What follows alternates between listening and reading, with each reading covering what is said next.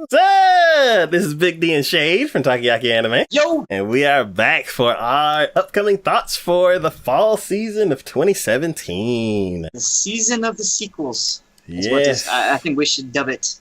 Yeah, I think we should have like a name for every season at something, because it seems like every season seems to have some sort of like theme or ongoing thing. This one just seems to be all about sequels. Yeah, it's been a couple seasons that have been just sequel. And Not to say there isn't some new stuff out there, because there is, and it looks fantastic too. Yeah. All right. Well, the first show for today, we have 18 shows we're going to be talking about. And see how many we get to. Yep. And the first show we're going to be talking about is Black Clover. Oh, yes. Were you interested in this one, or was it just me? I was kind of interested. I can't remember exactly. There's so many shows, I don't remember which ones. This is true. Alright, so we'll start off with what it's about. Yes. Asta is a young boy who dreams of becoming the greatest mage in the kingdom. Only one problem, he can't use any magic.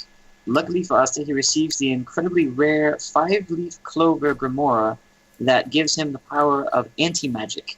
Can someone who can't use magic really become the Wizard King? One thing's for sure, Asta will never give up.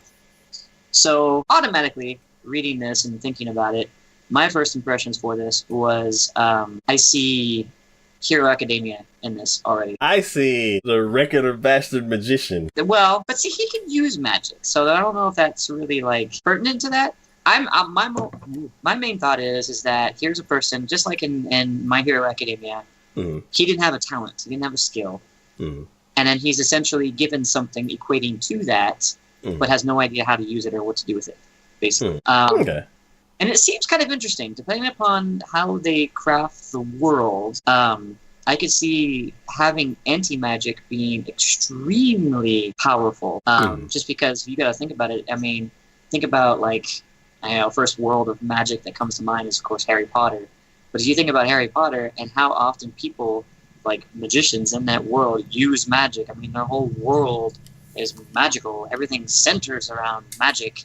And if you had something that would negate that, man, that's like throwing a huge monkey wrench into the works. Yeah. So I could see that being extremely useful. But again, it depends on how they craft the world that they're using it in. And I think it could be very entertaining and interesting to see what happens.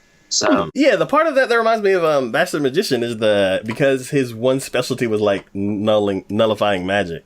So as far as like fighting against other magicians, he had a specialty for that, but he did have the ability to use other magic. He just didn't like to use magic. Yeah. There was actually another show that reminded me of, what was that one that where it's like only a few people have like this tattoo that has like special powers in it, and that one dude had like the void or something like horrible one that I pray it is not anything like that, because that show was just god awful. But I know which one you're talking about. Yeah, I know which one you're talking about, but yes, kind of, I guess, in a sense. But yeah, I could see. I don't know. There was one show that did talk about a grimoire. I can't remember what it was. This kid got a grimoire that was like hugely powerful.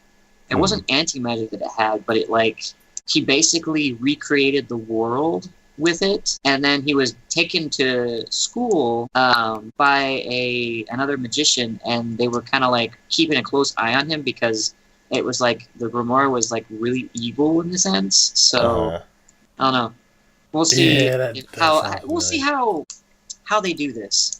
I mean, they could go really serious on this, or they could go comical on it. I'm hoping, with especially like the looks of at least the picture that I've seen so far from them, that it's more in line with the seriousness and not the comical. I can appreciate some comic relief every now and then, but definitely you're gonna go something like this, go serious on it. Make it really like action packed, kind of almost drama-ish, and I think you'll have a winner here. So. Yeah, it's funny that you say, like, if you're not sure if it's going to be serious or comical, because it's like the left side, the guy's all serious, and then the right side, the guy could be serious, but then he also could be yelling something silly. So it's kind of funny how you say that. It's done by Studio Pierrot, so they do some whatever. However you pronounce that. However you pronounce that. Well, no, they do Naruto. Yeah. Yeah. So I mean they have the potential to do some awesome stuff. They have the potential, and my hopes of it being potentially serious could be well taken care of as well. So, not to say that there wasn't comical moments in Naruto, but there also was very serious moments in that too. So, anyways. The next show we're going to be talking about is Blend S. This is totally you. And you know what? I think I was looking through all the shows coming out this next season, saw this, and I didn't even have to look at the synopsis for it. I immediately passed it by. But I'm pretty sure, looking at the picture, I'm like, oh, Big D's going to be all over this. I guarantee you. All over this one. Yeah. Cute girls doing cute things all over there. Yes. So basically, after looking at the trailer for this one, I immediately thought, oh, this is going to be working with all girls. So I definitely was going to check it out for that. The synopsis goes, the story centers around a girl named Micah who gets a job at a cafe where all the waitresses are given certain attributes such as tsundere or little sister to embody while serving customers. The manager asks Micah to do the extreme sadist waitress, so she will have to adopt a dominant and aggressive persona. Which, I mean, that automatically, considering the way all of them look, I think that to me sounds like it's just going to be all comical, really. Yeah. I'm curious to see, like, what their work persona is going to be compared to, like, their regular persona.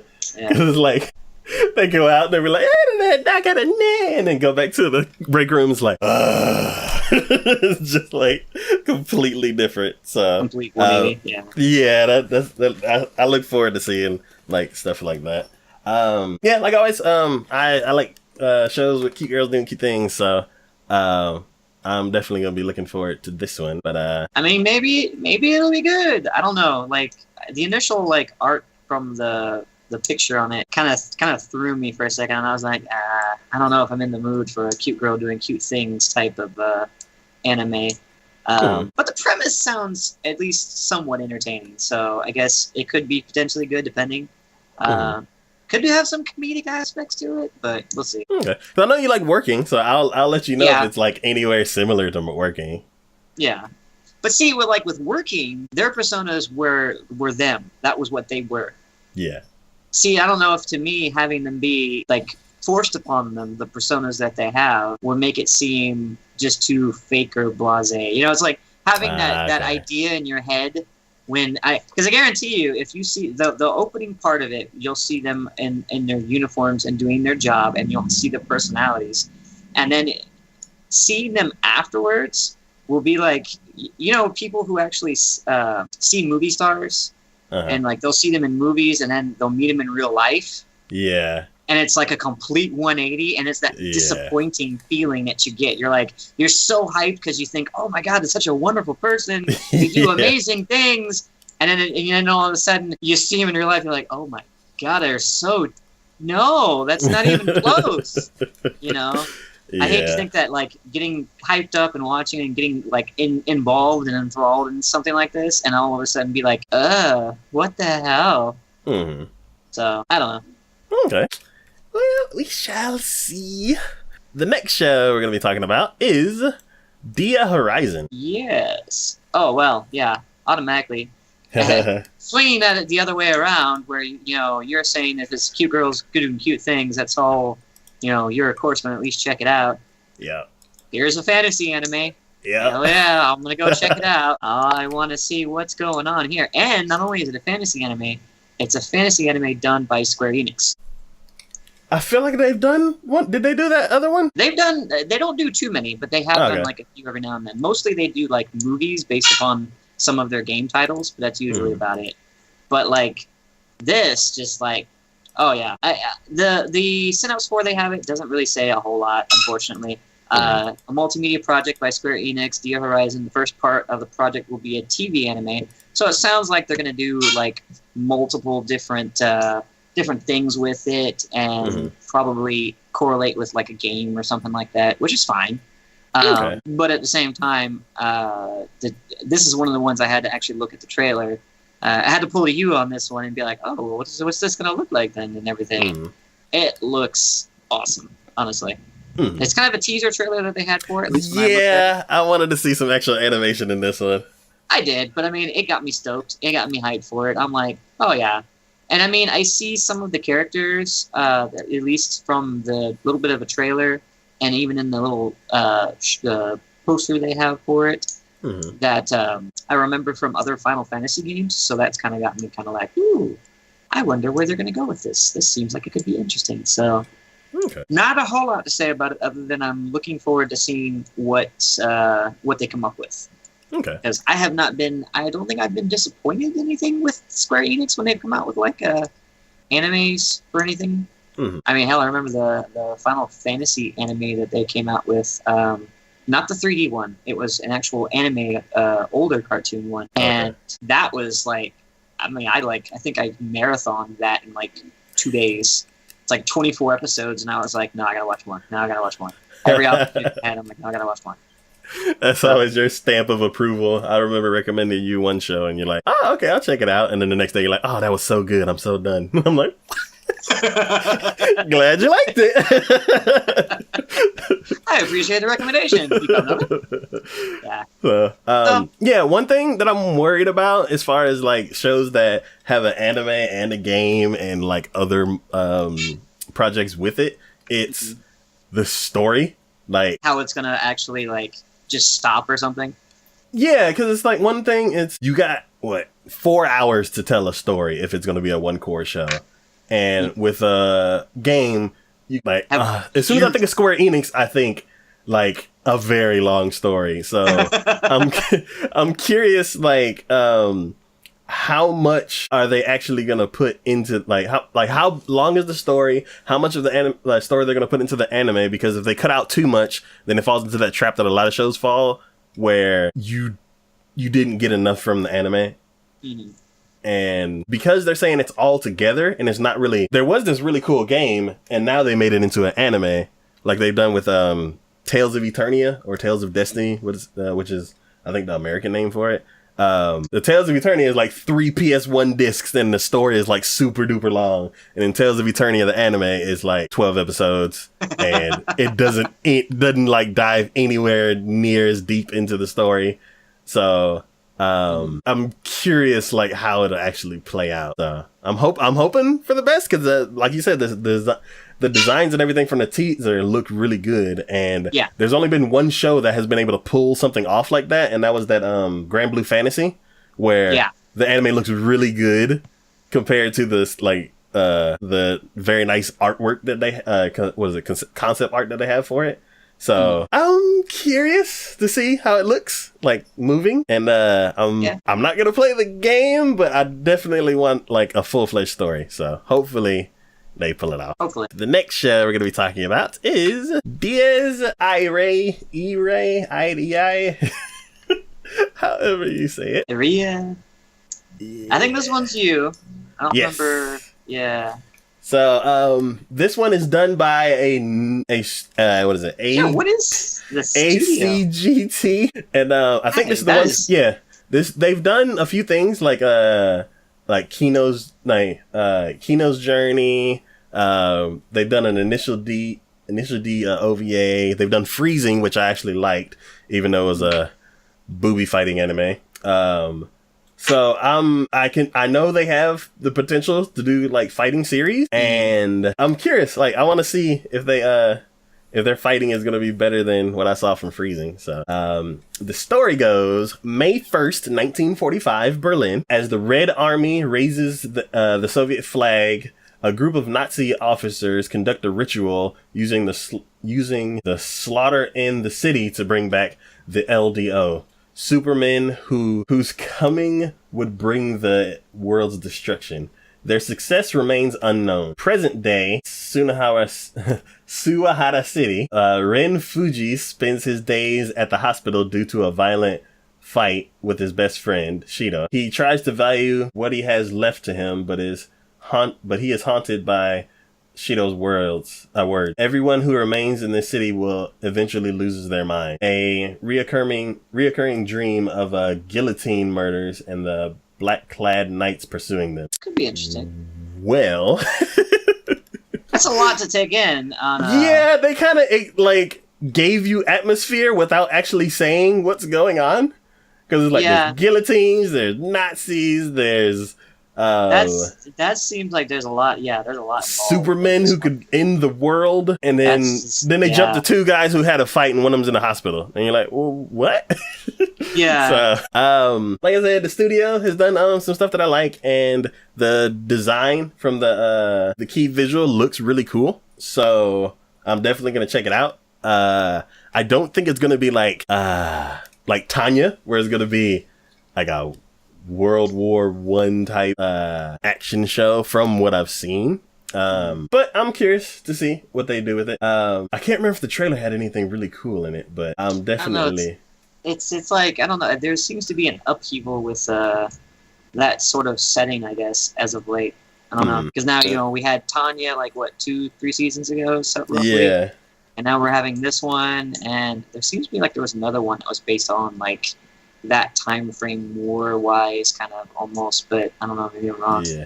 It's just, it was like, you don't see these quite often, you know, because usually that sort of subject material people try to steer away from, because it can either go really good or it can go really bad, depending. Yeah. But I don't know. It could be interesting. I guess I'll wait till what you say about it. I might check it out as well and see what I think of it. So yeah. So it looks promising. I will. I'll definitely let you know. The next show we're gonna be talking about is. Is it Dynamic Chord? No. Oh, okay. No. I was curious. Ray will watch it.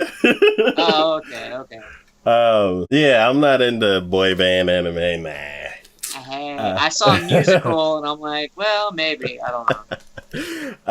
So the next show we're going to be talking about is Himouto, Umaru-chan R. So I should have known it was probably going to be that, because, yeah. I have not watched the first season to this, but I still, even though I haven't watched the first season to this, I still know what you're going to be talking about, because that little thing on there, I don't know, girl or whatever, because it looks female, but that's like an icon, I think, or at least is starting to be in a lot of like anime scenes. So, So yeah, second season of Umaru-chan, the little brat who like terrorizes her brother and basically gets whatever she wants. I'm looking forward to this. Even though Umaru's like a jerk, and she's not. She's a cute jerk. I'm gonna say that doesn't sound like something you would be interested in. You usually get annoyed by those more times than not. It's the way she does stuff. Like, she's not an asshole, but she's a jerk. Like, she's not that bad. She's bad. Yeah. She's just not that. Yeah, bad. She's like a huge brat. Oh goodness. But she's also funny, and like I like the other characters around her. So so I'm up for another season of it. One thing that is, I guess, cool about this show is basically she is like the popular girl at school. Like, she's good at sports, good academically. She's popular with a lot of the characters, and then as soon as she gets home, she turns into like, she puts on her little hamster onesie and turns into like this total little brat that's in the video games and manga, and like, I don't know what happened to their parents, like her and her brother, but they both live together, and he's basically working to take care of her and have a place to live, basically. Like, a new game will come out and she's like, give me the game, and he's like, nah, we gotta save for like the rent and all that kind of stuff. She's like, give me the game, blah, blah, blah. And like, and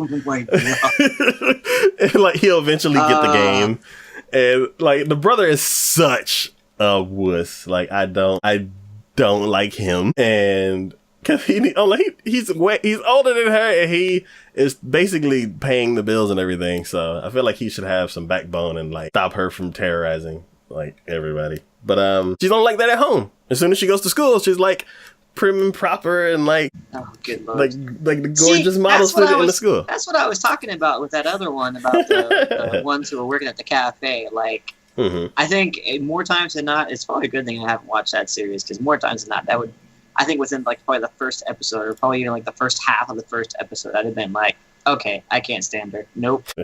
Moving on. Can't stand her.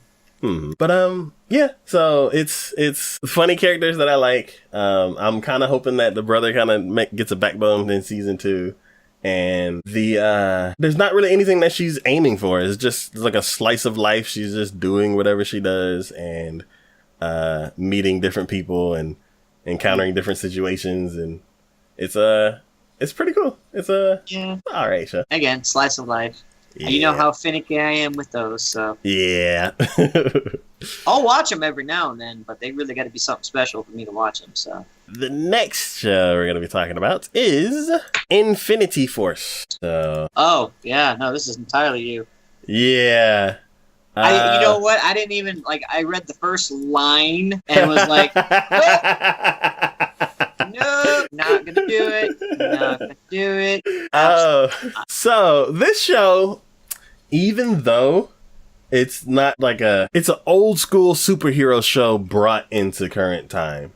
It's basically yeah. That I'm kind of looking at it though. Like, yeah, the dude who looks like I recognize that, the white cape with the almost looks like a falcon. Yes. I swear I recognize that. Where did it come from? Yeah, so basically back in like the early 90s, there was a rerun of the Japanese show called G-Force. That's okay. Yeah, and this is basically like a revitalizing of the show. I don't know. But the Japanese name of it is called Gatchaman, and they've kind of redone this series. I haven't actually watched the new version of it, but they've done another series called Gatchaman Crowd. Mm-hmm. And I am curious to know how closely related Gatchaman Crowds is to the original Gatchaman. Mm-hmm. It says that this is the 55th anniversary of the studio. So, and it says the anime is going to have a different story than the original manga. So I'm curious. I kind of want to like revisit my G-Force days, like back when I was like really young. Oh wow, yeah. I was about to say that's like you said, that was like in the 90s. Oh, good Lord. Yeah, that was like one of the first anime that I watched, like even before I found Toonami and all that kind of stuff. So it's a show that's like dear to my heart, and I kind of want to like find it and rewatch it all, just so I can like pull some of those memories from my childhood and like cement them into my mind now. And like things that I do remember about it, I want to see, did I remember it accurately? Because a lot of memories that you have when you were a child is like, you just didn't understand what they were talking about. Like, I thought they all rode motorcycles, and it's like, no, the main guy rode a motorcycle. Everybody else had something completely different. So it's, yeah. Just like Disney movies, you rewatch them as an adult, and you're like, wow, that is like way different than I am close to remembering it. Holy crap. Yeah. And all of a sudden, all the lines and everything that they say, and you're like, oh, that's what they were meaning. Yeah. Yeah. And another thing is, it's one thing that I'm like iffy about, just like how you dropped it as soon as you got to the third word of the synopsis. It's the CG part of it. A full it is a full 3D CG anime. That scares me more than anything else.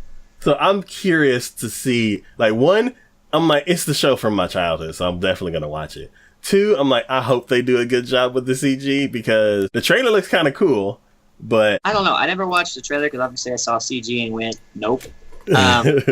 But looking at just like the picture that they have for it there, I'm just like, it doesn't look the greatest, honestly. And I don't know. It might ruin things in your memory. So, I mean, right now, because it's not a fresh memory inside your mind, it might be okay. If you try to rewatch it and get those feelings back again, then when you go to watch this new one, it might completely ruin it for you. Yeah, so it's good that I like barely remember the old one. So I'm if I like it, I'm gonna go. I thought I'm looking at the details page. I thought it said 82 episodes. I was like, goddamn. It was a popularity. I don't know how many episodes it's gonna be. Hopefully, it's like one core, so then I can watch this and be like, oh, okay, that was a nice 4 hours, and then I can go back and watch the older show and like reminisce about my childhood. But yeah, it's a show that just popped up and be like, hey, remember this? I'm like, yes, I'll be there. So yeah, I'll let you know if it's any good. I don't know. I might still skip it. It's CG. I have a problem with CG. Cannot stand it. So the next show we're going to be talking about is Inuyashiki. Yes. This seems really interesting. It's like a different take that I don't think I've ever come across in any form of media before. Mm-hmm. And it has my curiosity. I'll say that. So the backstory for this is Ichiro Inuyashiki is down on his luck. While only 58 years old, his geriatric looks often have him written off as pathetic old man by the world around him. And he's constantly ignored and disrespected by his family despite all he's done to support them. On top of everything else, his doctor has revealed that he has cancer and it appears that he has little time left in this world. But just when it seems that things couldn't get any worse, a blinding light in the night sky strikes the earth where Ichiro stands. He later wakes up to find himself unscathed, but he soon starts to notice that there's something different about himself. The reason why I say this seems very interesting and cool, because this is like a hero story. Person down on their luck, got nothing else left, and then all of a sudden, fortune smiles upon them. They get imbued with such and such, and all of a sudden become a hero. The thing where it's different about this is, typically speaking, heroes, when they're born in this sense and way, are usually like young to, slightly older people. Yeah. This is an old man. I mean, between kid to young adult. Yeah, it's usually between kid to young adult. This is this guy in like I said, late 50s, early, almost 60. So I mean, he's up there in the years, which I kind of like the idea of that, because it almost seems like someone who has more worldly knowledge would potentially make an even better starting off point when becoming a hero like that. So I guess it's just a matter of seeing where they're going to go with it. It is done by Mappa, so it's going to look great. And even the poster that they had for it, I'm looking at it going, yeah, that looks like looks like they're flying through, like I see Tokyo Tower in the background, and like a nice fight sequence going on at the same time, where the old man's got his shirt off and he still looks freaking ripped, even though he's about to whoop some butt there. And I'm like, all right, this seems like it could be something interesting. It's a different take on it, and it's something I don't think anyone's done before, so I'm curious to see how well it transfers over and what it does. So that's my thought. Yeah. I saw the trailer for this and I was like, it was a teaser trailer, and I don't think it's the current trailer that's on the page, so I don't know what it's gonna look like. I am going to not say much about this because I'm curious what you. Oh, okay. So you want to see what when we come back for first impressions on these, what I'm going to say about. Are you going to watch it? Yes, I'm definitely going to watch it. This is one of the shows that was on my list as well, and it's a different take on a story that I think all of us are very familiar with. So yeah, I'm curious to see how it goes. Yeah, I'm curious to see how Super Grandpa gets. Hey. Master Roshi kicks some butt, all right? Oh, yeah. Master Roshi.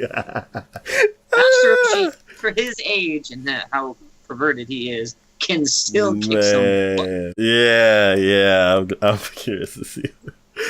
It's going to be funny. Probably about the one I could say that even comes close to relating to that in any sort of way. So it's kind of nice to see something like for the older generation besides Master Roshi, because maybe if this show takes off, we'll see like cosplay of this guy going around. I see some older guys cosplaying as Master Roshi, and they do a pretty good job of it too. And I'm like, hey, everyone's got to have something, So okay, yeah, that's gonna be funny. The next show we're gonna be talking about is Juuni Taisen. Yes, this one is also something that seems quite interesting. What the studio behind this one? Do we know this one? I didn't actually look it up.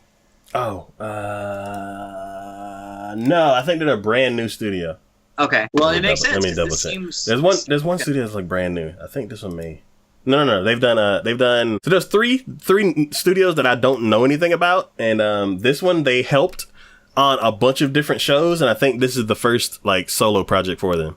So okay, this is a big thing for them. Yeah, I mean, it's one thing to help people on various projects, but to go completely solo, I mean, woo, yeah, see how that goes. So they helped with Hellsing Ultimate. Ooh, okay. Then they helped with Love Live, the Idol movie. Okay. Not so much.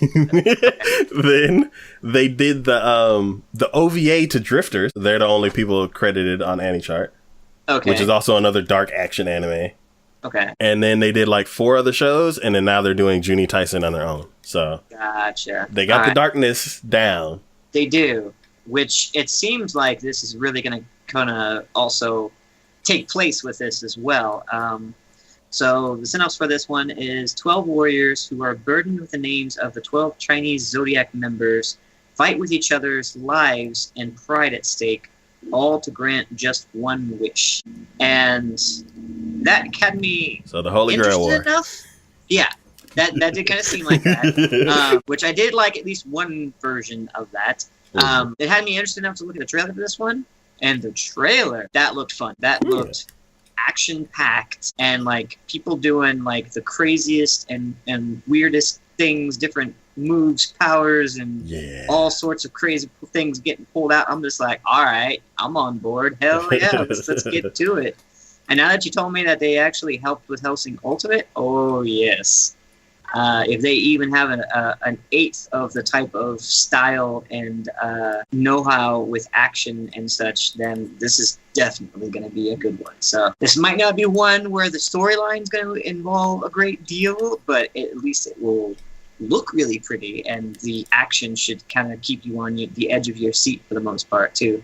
So I have a feeling this is going to be one where people are going to, within like the first couple of episodes, already call out their favorites on who they're rooting for, and it'll just be a matter to see who actually comes out the victor in the end. So yeah, I definitely was looking forward to this because the trailer was action packed, and there's quite a few shows that deal with the Chinese zodiac. So this seems more like a dark turn on it, because a lot of the other shows that I've seen are like cute girls who are zodiac characters.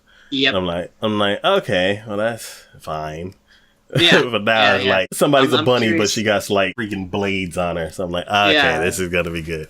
I'm curious to see how well they incorporate, like, if it's gonna be like bluntly obvious when you start seeing each of the individual characters what zodiac they represent accordingly to what they look like, or what they what type of moves they have or whatever. I mean, that's just it can go pretty good. I think so. I mean, I'm really curious to see how well that's gonna incorporate. Next show we're going to be talking about is Kekkai Sensen and Beyond.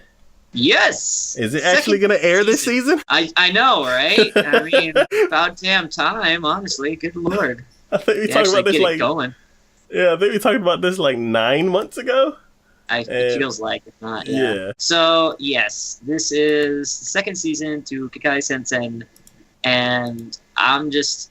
Honestly, I don't usually say this, and you know this. I do not usually say this when it comes to like next seasons of shows.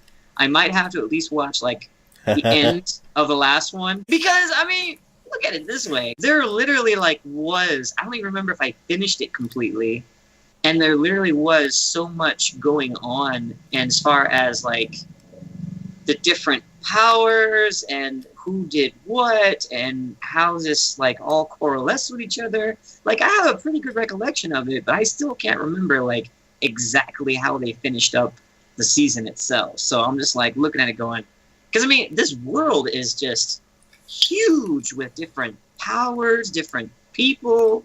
I mean, I can still remember so I know the girl in it is a ghost, or I think she's a ghost. Some sort of spiritual form. And then I still remember, like, there was this one, their commander wanted some knowledge, so he actually challenged a dude to the most intense version of chess I think I can ever imagine. Yeah.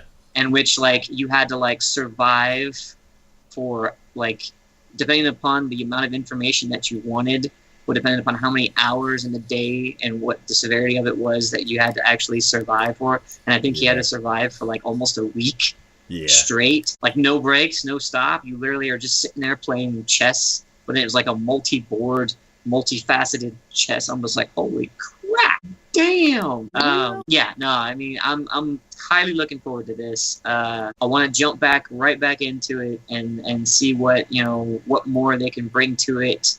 Because there's no limits. There's absolutely no limits as far as where they can go with it, what they can do with it.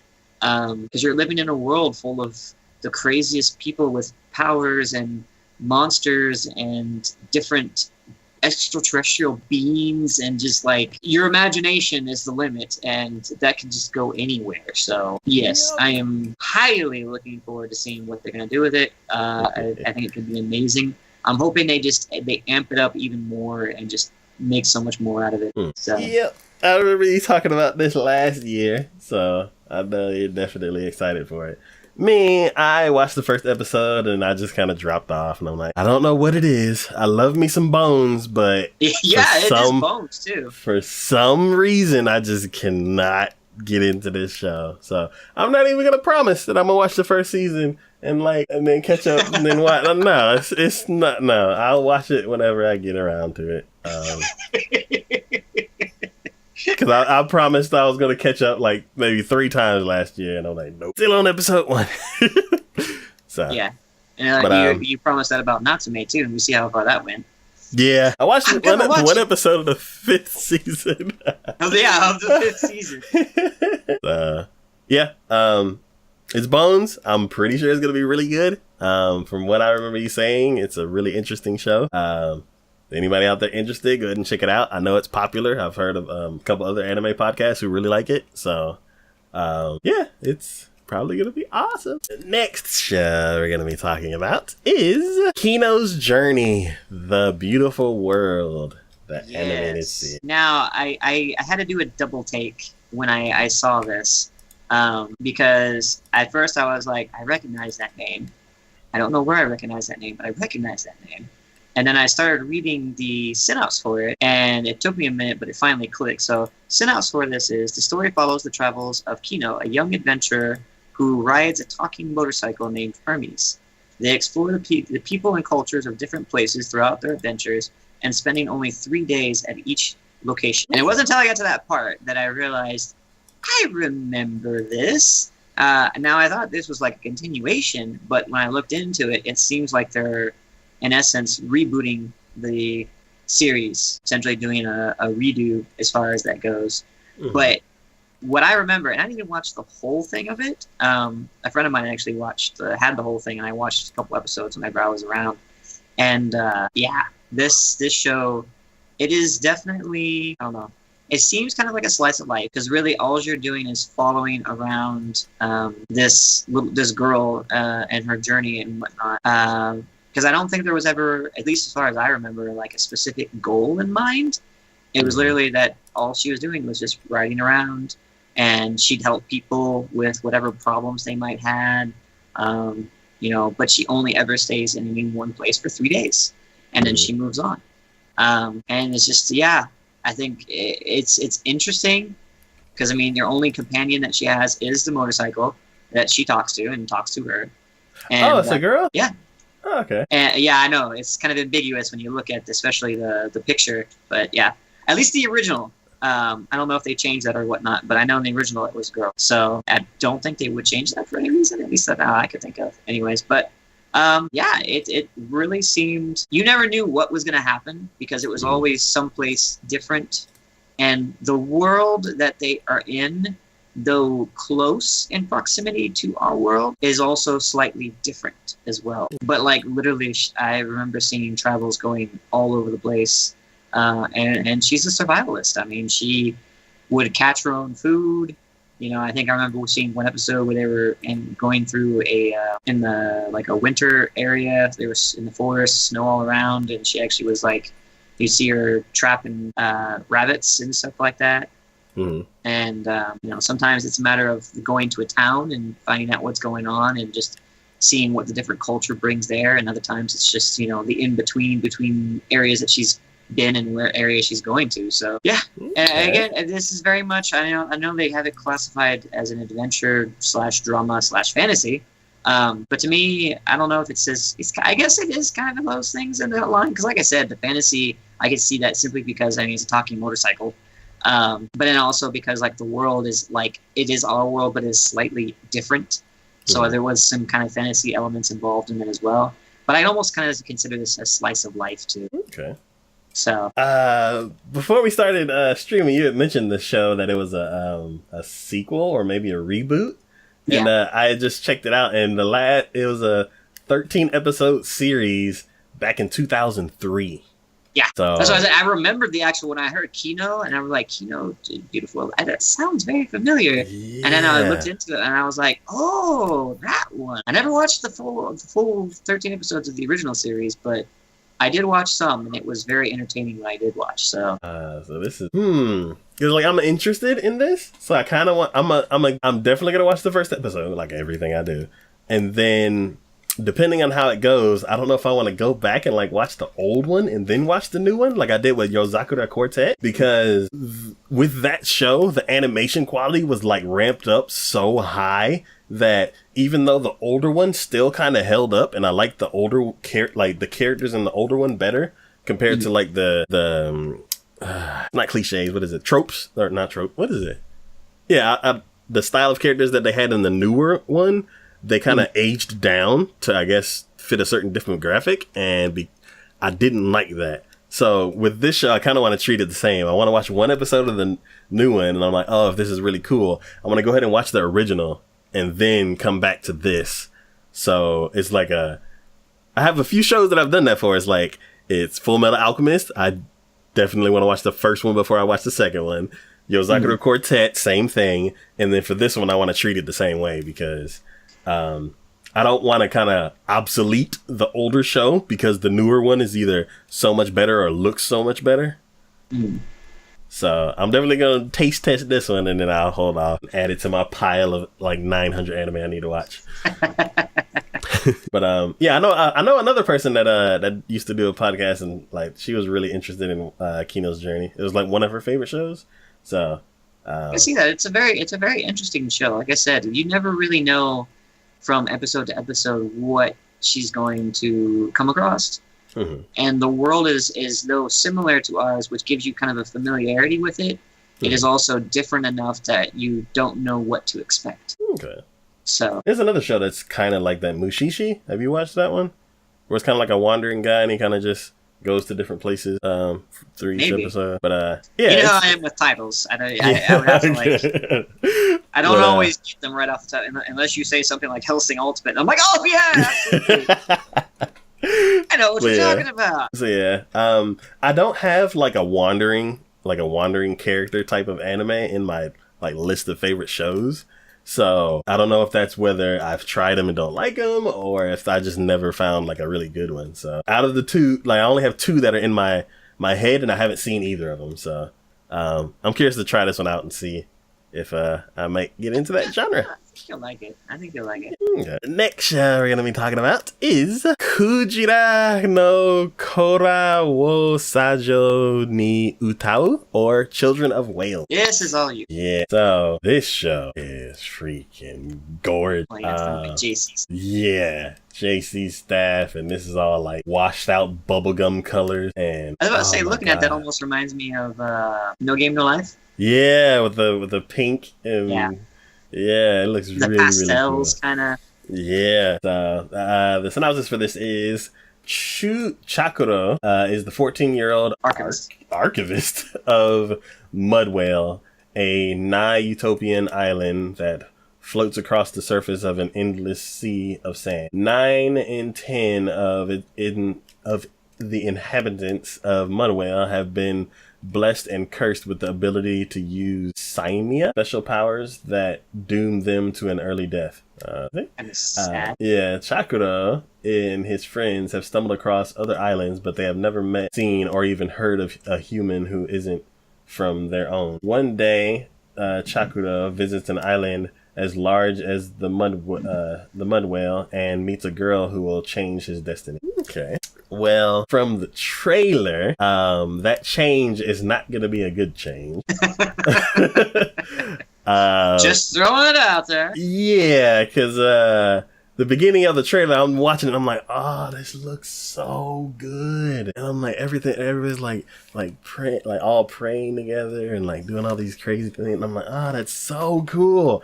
And then all of a sudden, just one character shows up and his or her demeanor is like completely different than everybody else. Then all of a sudden it's like gunfire and blood splattering and people running. And I'm like, oh no, what's happening?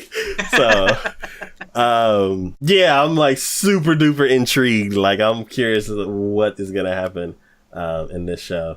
It's JC Staff. I love the shows that they do.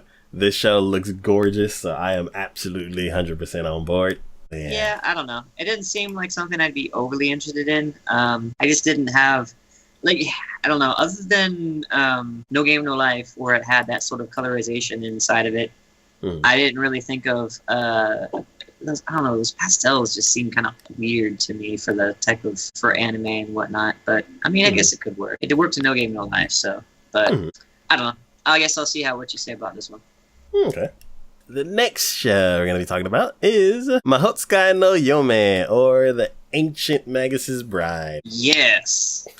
This is, oh my goodness, this is awesome. Have you watched any of the OVAs? I wanted to, I just haven't gotten to it, because I know you like it. It's freaking awesome. I mean, it's like if Harry Potter had an anime, essentially. I mean, really honest truthfulness, because it's just like magic all over the place. I am super stoked and excited for this. So yeah, there was I think 2, maybe 3 OVAs that came out for this. I've watched at least the first one. I'll watch the other ones before this comes out. But this is just it seems so fun and whatnot. Anyways, I'll get to synopsis. So Chisei Hitori has lived a full life of neglect, a life full of neglect and abuse, devoid of anything resembling love. Far from the warmth of family, she has had her share of troubles and pitfalls. Just when all hope seems lost, a fateful encounter awaits her. When a man with the head of a beast, wielding strange powers, obtains her through a slave auction, Chisei's life will never be the same again. You think that might go something bad, because you're like, slave auction, I mean, good lord, you know, what else could potentially happen? But honestly, it seems like he really does care about her, and at least from the first OVA that I saw, kind of wants to take care of her, and is actually training her to also, because apparently she has a gift, and has the latent ability to be able to use magic. She kind of seemed, at least when I first saw the first episode, that it's almost like Natsume. She has the ability to see these creatures and see the world around her in a different way that no one else can. At least those who do not actually have magical powers. So she was always kind of, looked down upon and put upon because she seemed weird or abnormal and whatnot. But she takes to, her situation where she's at and seems to be doing rather well. And yeah, I mean, it's just, again, the whole world seems, magical and whatnot. I think at one point during one of the episodes, he went to his study, which was like dust covered and hadn't done anything else with. And he's like, well, I'm going to be training you and you need to, read some of these books. And she's like, why don't you put them back into place? And he's like, well, they always end up moving when I do. And like, you can see like one of the stacks of books starts moving along. He's just like, yep, there you go. Just like that.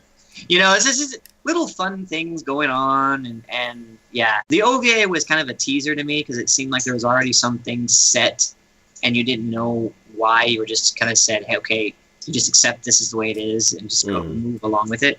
So I'm hoping now that they actually have a series going on with it, that they'll actually go a little bit more in depth with it and actually explain why everything is the way it is and why these, different characters, what they are, who they are, and go from there. So highly excited about this one. I guarantee you this is going to be probably one of the top animes of the season for a lot of people. So, okay. One thing I'm glad is that, like, because they've kind of dipped their toe into the story a couple times, they know that there's actually a full story to tell. Yeah. Or at least a big chunk of a big story that they've already said, yeah, it's going to be 2 cores. So it's already set for 24 episodes. So I love when, like, anime does that, where they're like, we're going to treat this one properly. Like, we're going to give you the whole story. And another thing like that with shows like this is, one, it's Wit Studio, people who did Attack on Titan and a lot of other Caballeria, the Iron Fortress, and all that kind of stuff. Like, shows that are, like, super action-packed. For them to kind of put that animation style around, I'm assuming, magic, it's gonna be really cool. So I'm looking forward to this. Here we go, promise it again. I'm gonna watch the first episode. Definitely. I kind of want to see the OVAs because I know that they're both on Crunchyroll already, right? Yep. Yeah, so I'll check those out one day. But if I fall in love with that, then I'll definitely be keeping up with the show, with the series. But when you get excited about shows like this, I really want to check them out. So this is another one I'll definitely look at. But whether I'll finish it depends on if this is my style of show. So the trailer looks gorgeous. So I know it's going to be animated. I didn't even look at the trailer that they had for it. I already knew what to expect from it. I'm like, the minute I saw that and read it, I'm like, oh, yes, absolutely. This is going on the list. Hell yeah, they're going to watch this one. So, I'd definitely say check it out. Seems very, very promising. Great studio. Gorgeous animation. The next show we're going to be talking about is Osama the Game or King's Game. Osama Game the Animation or King's Game the Animation. This, wow. Just wow. Are you okay? So you've seen, like, the trailer and everything for this and everything, right? Is it just me? Death metal rock trailer. But is it just me, or, like, looking at this reminds you of When They Cry? Because it seems like you have a very nice, sensible setting, and then all of a sudden everything just goes to hell, and you're just like, holy crap! I have only seen the trailer, so I know that it was dark animation, and then the trailer's like raw, da da da da, and I'm like, okay, let's see what this is about. But I don't know the story yet, so Okay, so the synopsis for this one. Story begins when an entire high school class of 32 people receive a message on their cell phones from a person known only as the King. The message contains orders that students must obey or they risk the punishment of death. With their lives on the line, the students soon find out that the orders are getting more and more extreme as time goes on. Honestly, this reminds me also of, like, Saw. I mean, this almost is like an anime version of Saw in a lot of ways. You know, it seems like, they might be, and I recognize, I have never done it before, but I've seen enough anime. I recognize the King game. I've known animes that come across that where, you pick the king, and then you have to do the king's orders, and the king's orders are absolute. And then once all the king's done his order, then a new king is decided. Well, it seems like this person has decided that they're just going to be the king. Period. No one else is going to be king. It's just going to be them. And then that they're going to be doing some fairly bad potentially things. Yeah. And from the trailer, some people are probably going to die. So I would definitely say that this is not one of those animes that you need to grow attachments to any one particular person, because guarantee you probably going to die right away. If you watch this one, whoever you end up saying, I like them, let me know, so that way I can know that they're going to die, because you have that curse of, like, whoever you like in an anime like this ends up going to be dead. So, but it definitely looked very, very graphic and very, like, suspenseful. So I'm looking forward to it. I might not necessarily like it per se, only because it's going to be one of those where I'm like, are you serious? This person died? Or like, holy crap, that was horrific how that person died. Damn. But that's what they're going for. So if that's the reaction that I get out of it, they did their job right. So honestly, So as far as anime like this, I'm looking for anime to scare me. Like I want an anime to be like suspenseful and to scare me, not jump scares because that's just cheap and anybody. I want like a dark, creepy anime that I get sucked in, like that one from A1 Pictures called From Another World, where it's like, oh, everything seems kind of weird in this village, and then you start learning more about what's going on behind the scenes, and you're like, oh, what are these little rat people that can talk English? And you're like, oh, why do some of them have like same-sex relationships for like a certain part? And then like they like explain that a couple episodes later, and you're like, oh wow, it's because they need to handle this one thing. And then like the group of characters that you're like around, there's like 6 characters, and then they start like breaking off into pairs, and you're like, oh, okay, well, like relationships. And all of a sudden like 2 people just disappear, and one of the couples breaks up, and like one dies, or quote unquote dies, and the other one like looking for him the whole series. And you're like just kind of, and then you end up like underground for a couple episodes with like these little rat people, and then they started like making a revolt, and you're just sucked into this crazy show. And I'm like, I'm hoping for like another like anime that's like super complex like that to pull me in. So I'm interested in this one. I'm not really a big fan of like super graphic anime, but if there's like some kind of background story about like why he's doing that. I'm sure there's got to be at least some sort of, I mean, someone who's targeting a specific class. Yeah. And playing a game like this that is pretty much designed, because I mean, eventually he's going to come across orders that he's going to give that they're not going to want to do regardless. They'll take their, they'll feel like they'll take their chances, but guarantee you that, something's going to happen. So. Yeah. So. Like the show's like tickling my darkness anime bone, like, so I'm like, let's see what this got, because I want another show that's like just dark, creepy, sucks me in, and I'm scared about what's happening next.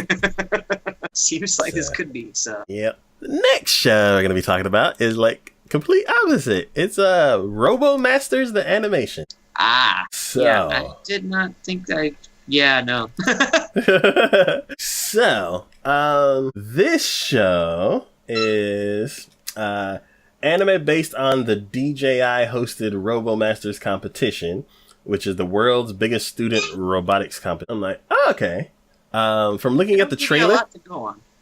No, it's one of the things where it's like you got to know what DJI is, and you're like, oh, okay. I have no idea. Yeah. Do you know? No, but I've heard that term before, because I think that's a brand of is it quadcopter? What are they called? Is it a quadcopter? I know it's a quadcopter, but I can't remember if it's called something else. But drones. There we go. Drones. It's a brand of drones. So I'm like, that thing in the background of the picture, maybe. Is what it's yeah. Okay. Yeah, so I have like a couple things about this. Like I saw it and I'm like, oh, okay, cool. Another anime based on like students and robotics, because there was a show that I had watched a long time ago, maybe a couple years ago. It was called Robotics Notes, and it was about a can't remember the exact details, but I know there was a class and they were trying to build a mech basically, and it was all like thick and clunky, and like you can tell that students built it, but it's a mech, like a real freaking mech. And it was a really interesting story. Then something happened, and there was like this background story of like, I don't know if it was like the government or just some agency or some like organization. They were like doing some underhanded things, and like I can't remember exactly what happened, but I know that one of the characters that I really liked got walked to death.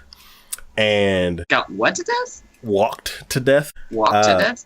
Yeah, I don't want to spoil it. It's like super sad and super crazy. And as soon, like, in the thing that she was in is like an actual thing that's based in reality. So after I was like horribly saddened by what happened, I actually saw the thing in real life. And I'm like, no, get out of it. It's gonna walk you to death. But it's actually something that like helps like kind of paralyze people walk. And it looked exactly like it did in the anime. So as soon as I saw it, I'm like, no. So, but it was that show was based on a classroom trying to build a mech, and there was like all these different robotics things that are probably based on real actual technology in the world, and they just happened to put it in that anime, and it was really cool. This show is obviously based on the DJI company and the products that they build, and it's based on actual competition, so that's really cool. It's like mostly different from the show that I really liked, but it's like I like that show not knowing it was based on like a lot of real technology. So this show I know is based on that, and I'm like, maybe I like this one also. One small tiny like nitpicky thing that I'm kind of like not happy about is like in the trailer, because I haven't seen it. In the trailer, I didn't see any like girl engineers. Like I think I saw one that was a girl, but she was a bad guy. And I'm like, all the other girls, like the two main girls that you see in the picture, they're like assistants. They're like bringing lunches to everybody, and like they're like the team manager, and I'm like, no, like come on. I'm like, I want to see some girl engineers, girls. Yeah. So it's what I don't know. That's just me looking at the trailer. So hopefully they actually put some girls in like the driver's seats of these drones and robots. So I'm curious to see what it's like. If it ends up being like a kind of kids-based show where it's kind of advertising DJI in the competition, where it's like, hey, like the character goes into the battle and it's like, oh, this is my robot, and then like a character comes up in the corner of the screen and is like, this is the DJI blah blah blah, it has this and it has this and it has that and one of these, and this robot is based on this type of technology, so it's better to fight in these types of fights. And then they go off and he's like, fight. I'm like, no, I don't need that kind of show. So it kind of borders like I want it to be realistic like the other robotics note that I fell in love with, and I really don't want it to be like, I guess it's good for, well, it's like I don't want it to be like a kids tutorial menu. Yeah, they're like, hey, come join our robotics thing, because that's not for me. So yeah, I don't know. It piqued my interest. Is really high, but then I'm super like weary. I'm like, there's a few things that can like completely tip the scales. Like I could watch 5 minutes of it and be like, nah, I'm good. So I have too high hopes for it, but I'm usually pretty picky when it comes to anything dealing with robots or robotics or mechs or anything like that. So usually really, really picky about that. Almost as picky as I am with my Slice of Life show. So I'm pretty sure I'm probably just going to skip this one. So it's going to be all you on this one. Yeah, and one thing that I thought was super funny is basically the trailer is just about the intro to the show.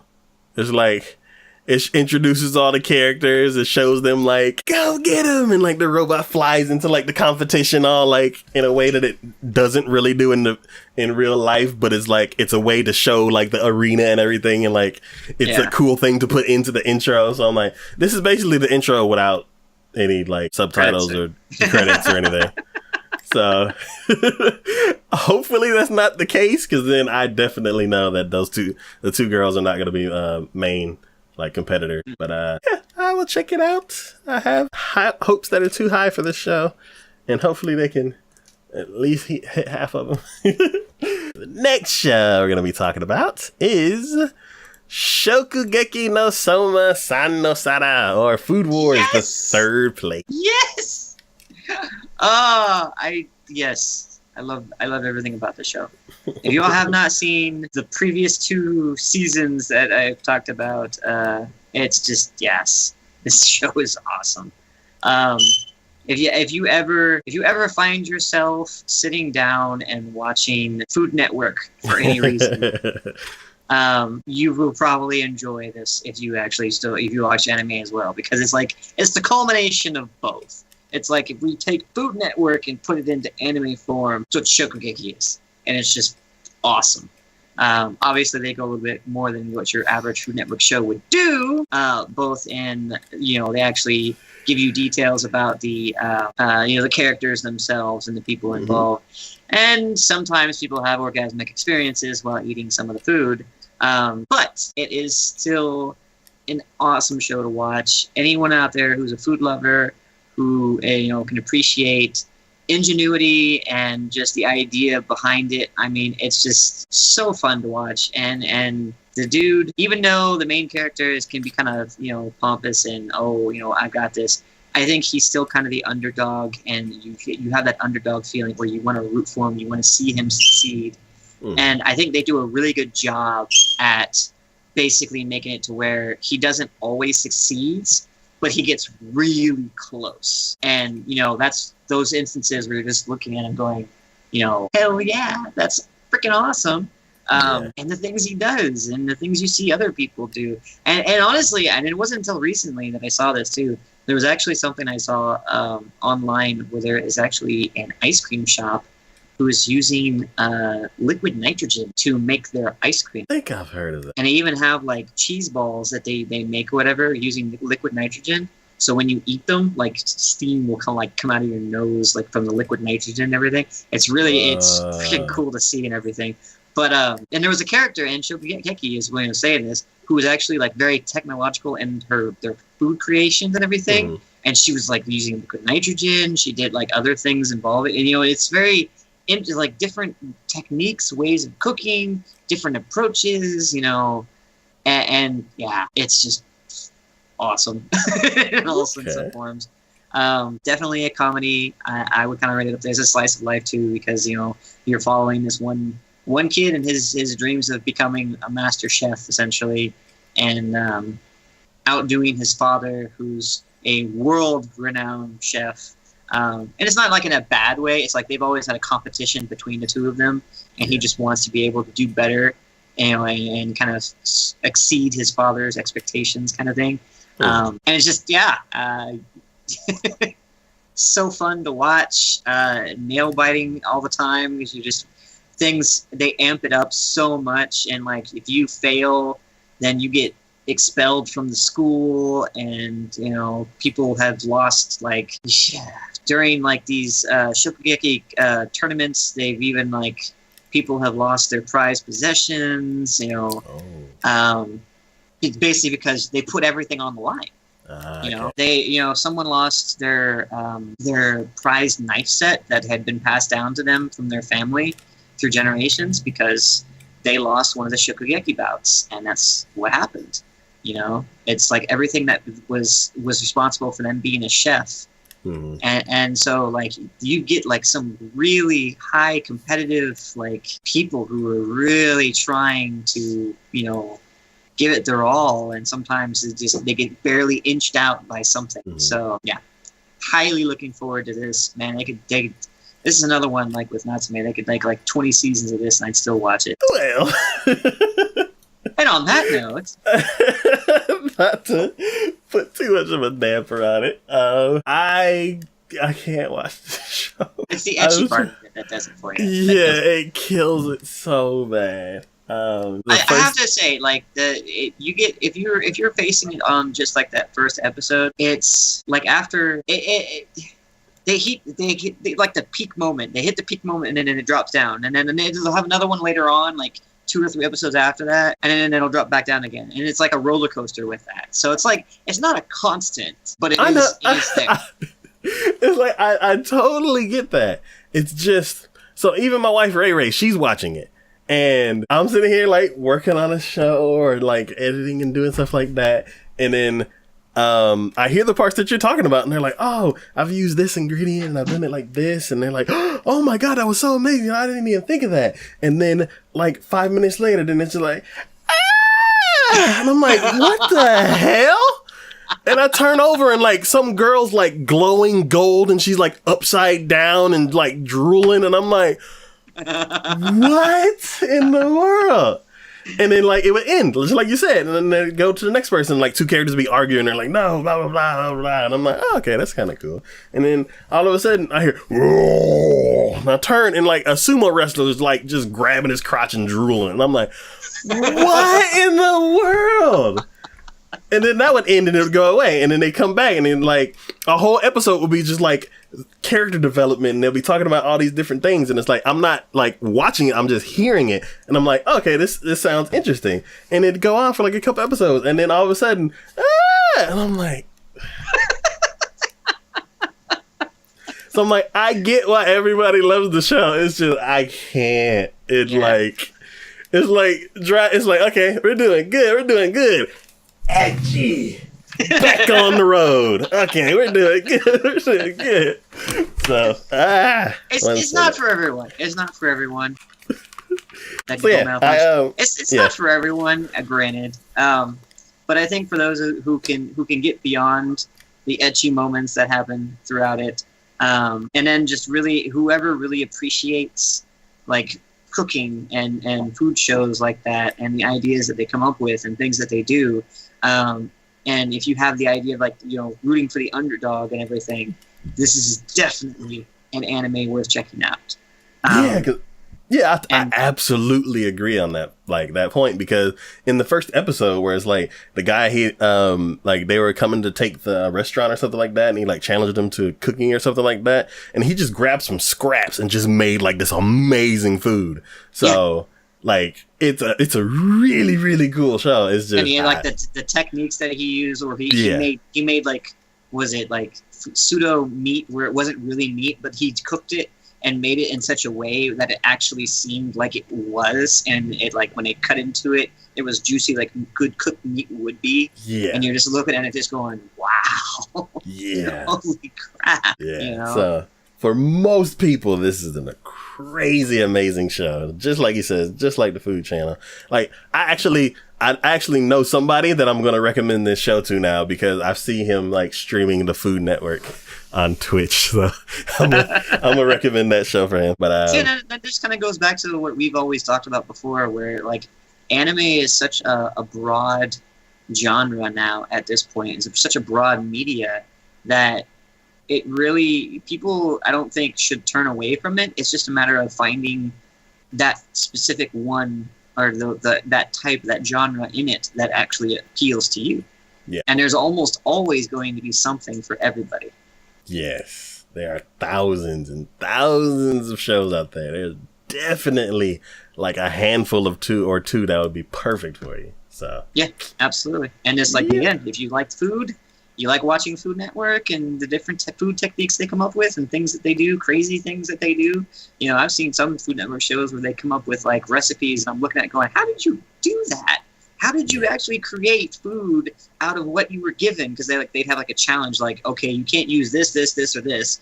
Create a meal. You know, create this meal, and then at the end of it, you're looking at it going, wow, they actually did it. You know, and it's just what this is. You know, who was it? There was one where they had to create some French dish, but they had to actually go and get the ingredients themselves. And when I mean they actually had to go, like there was a forest nearby. You had to go get your own fish. You had to get your own produce. Everything you had to go and actually forage and get yourself if you were going to use it. And it was just like, and if you could not pass it, if you could not pass this challenge, then you were expelled. And it was like, oh wow, yeah. I think I remember you say, oh Jesus, yeah.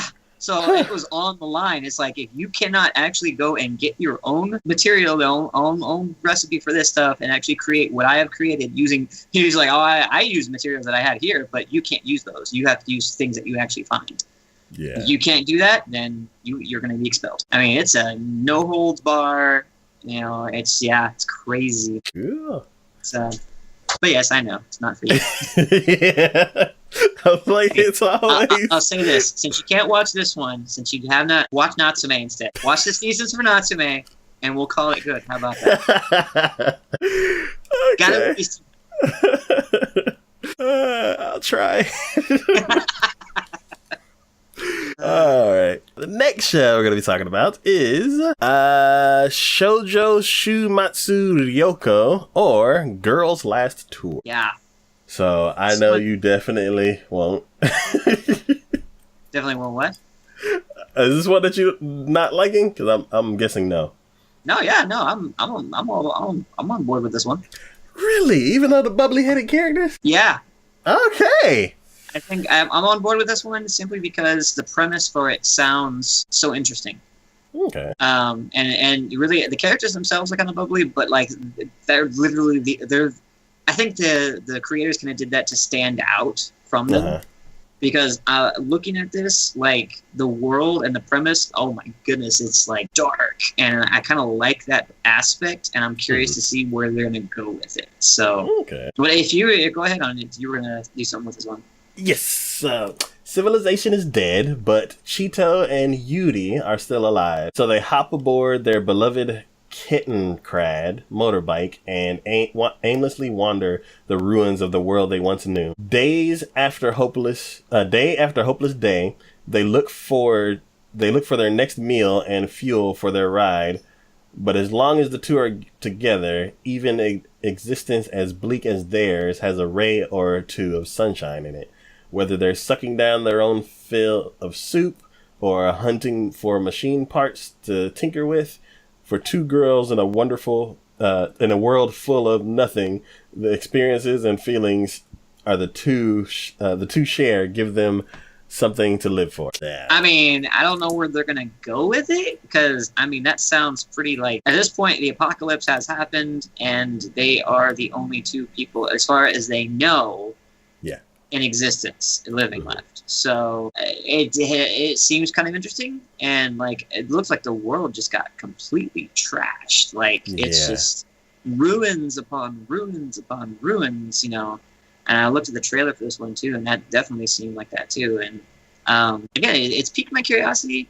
I guess I'm kind of, especially with the King's Game 1, I guess I'm kind of in that little dark mindset. I mean, hell, we're getting close to October here, so I mean, it's getting towards Halloween. Maybe my dark mindset's coming in. I don't know. Either way, I'm curious to see where they're gonna go with it. So okay. Yeah, like me always, if it's in that cute girls doing cute things, well, it's like cute girls in a desperate world. It's more. It actually fits more of my kids going on an adventure kind of thing. So that's where that's where it fits more for me. I'm like, I don't even need much more than that. If you're like, these two people are like, everything's gone and they're just wandering around the world, I'm like, okay, let's see what they find. I'm all on board. I don't know. It's one thing that I'm wondering is like, what happened to the world? It's like, that's gonna be explained. Yeah, like, is it something that happened kind of recently? Do they remember like what happened? Is like their parents and everything, did they die when they were really, really young and we're looking at them older, so they kind of don't remember things? It's like, how much of the world is what happened to the world? Like, is it like nuclear holocaust where they can't go to certain places? It's like, what is the technology like? Do they have like little radar things where they're like trying to find out? And I'm like, I'm so like curious about everything. So I'm definitely on board for checking that out. Again, I'm all with you on that one. I mean, my only attitude for curiosity for that is just to see like, where is it going to go? What's, is there a way for them to bring things back? Is it are they trying to figure out, if they can go somewhere? Maybe there's a civilization that hasn't gotten actually completely destroyed in whatever occurred. I'm curious if there's an actual end goal in mind, or if it's just, and there might not even be an end goal to begin with, but maybe through like the development of the entire story, they'll come across something or find something or learn of something that ends up being their actual purpose as far as what they're doing. Because I don't know, eventually, I think even after a few episodes, having them wander the ruins of the world and being the only things left alive in the world would kind of become, I don't know, kind of sad and just very desolate, I guess, kind of. Yeah. So, curiosity. Yeah, that's cool that you mentioned like if there's another civilization that's it's just fine, it's just their area. Because I'm curious, like, how long have they been in this situation? Is like, is the entire world messed up, or is just they're in the center of a vast area and like it's been fenced off, so everybody's like, you know what, that's gone, nobody goes over there, so that's why they haven't seen anybody for a long time. Like even like there's many possibilities as far as how that can go. So so I'm definitely on board. Next show we're going to be looking at is UQ Holder Mahou Sensei Negima 2. I'm trying to remember. This sounds very familiar, but I'm not sure if I actually watched this. Cause I know this is a second season. Yeah. I don't know if I watched it. It sounds very familiar. Not the UK Holder, but like the Mahou Sensei Negima 2. Yeah, there's. Why does this sound familiar? This show is like Mahou Sensei and Negima. I have watched bits and pieces of that series, and it's a harem. It's one guy who I can't remember what the story at all. Is it like a teacher and like he's a little kid kind of looking? Like, yes, I did watch this one. Okay, I remember this one. Okay. So and like he could actually bestow magic with a kiss. Yeah, I don't know that part. Okay. Yeah. But it's like it's a name that I've heard a lot. Just like with last season and the Reload, that other show that I talked about like it's airing this season. It's like you can Reload. Yeah. It's one of the things where it's like I started it, didn't like it. I heard about it a bunch, still didn't want to watch it, and now I'm like, it's been so long since I've heard about this show. Maybe I'll like it now. So it's another one where I'm gonna definitely check out the first episode.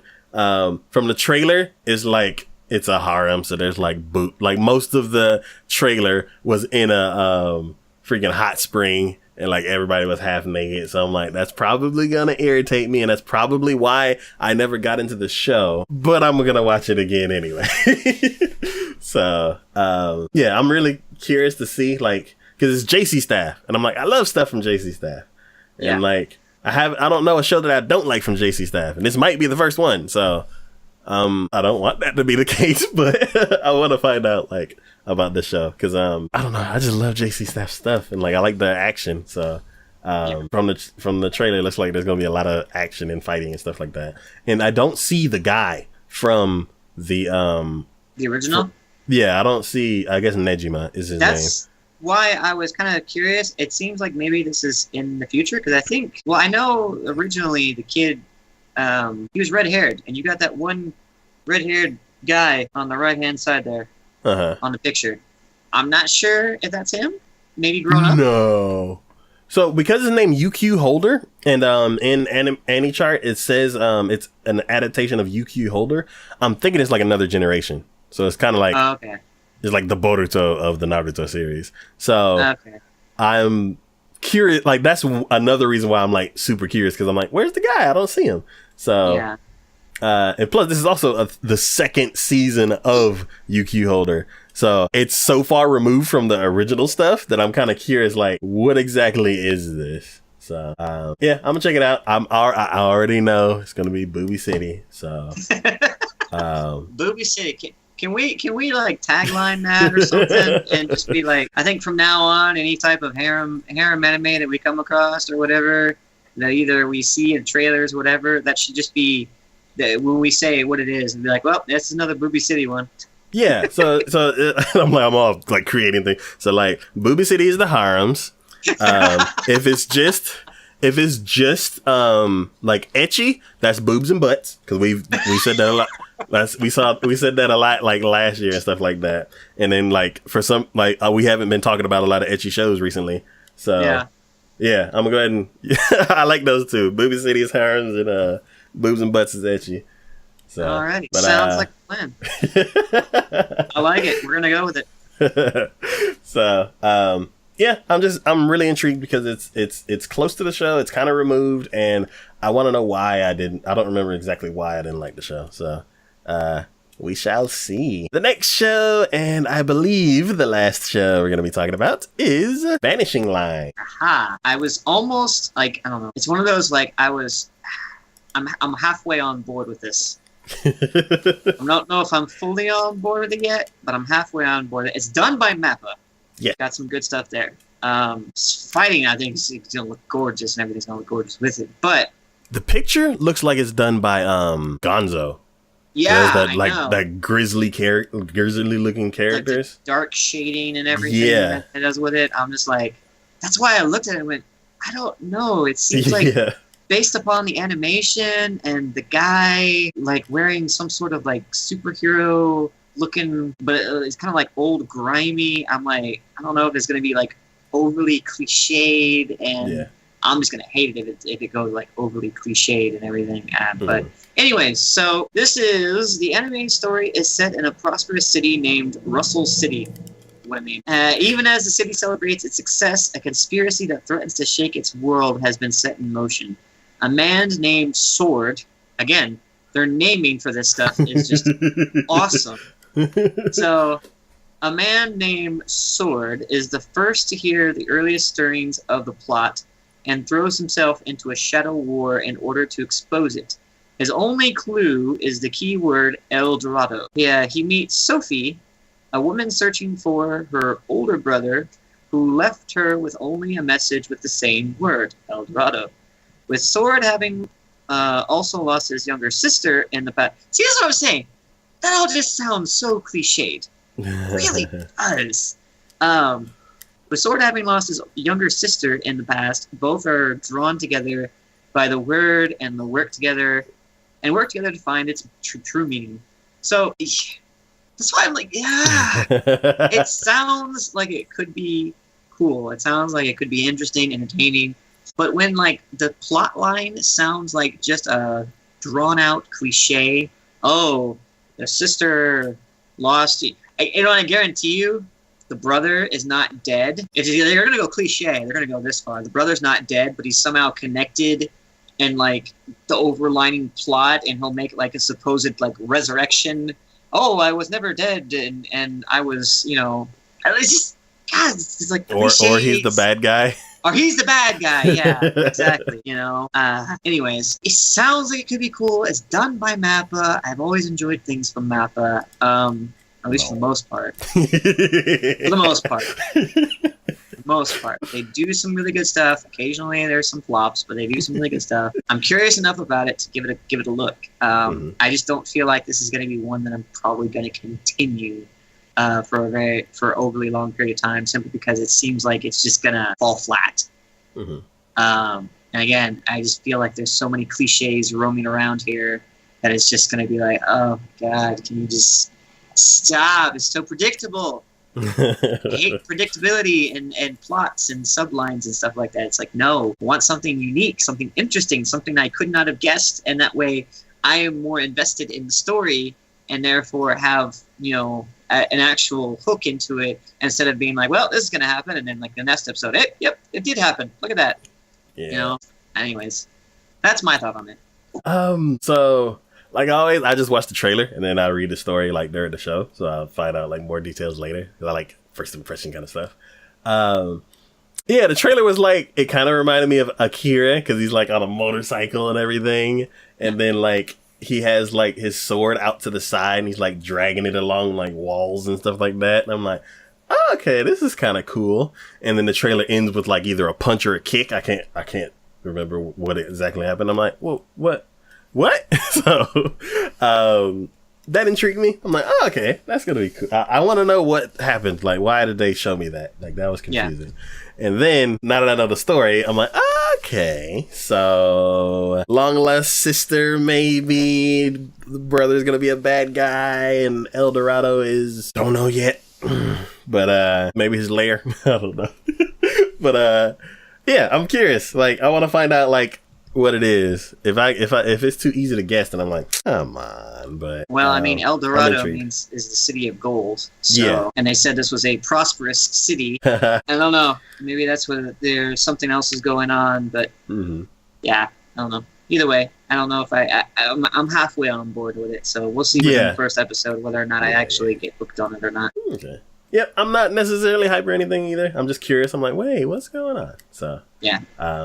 I'll be interested in starting that one as well.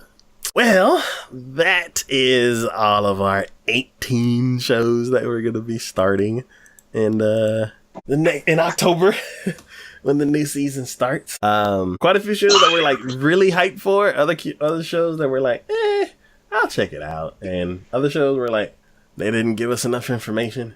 Yeah, exactly. Totally did not. So, and then tons of other sequels that we may have not mentioned. So it's gonna be a pretty full season. A lot of familiar stuff to jump into if you've already seen it, and just a sprinkle of enough new shows to where you're like, I'm not interested in sequels. Like, I want something new. So well-rounded season coming up next.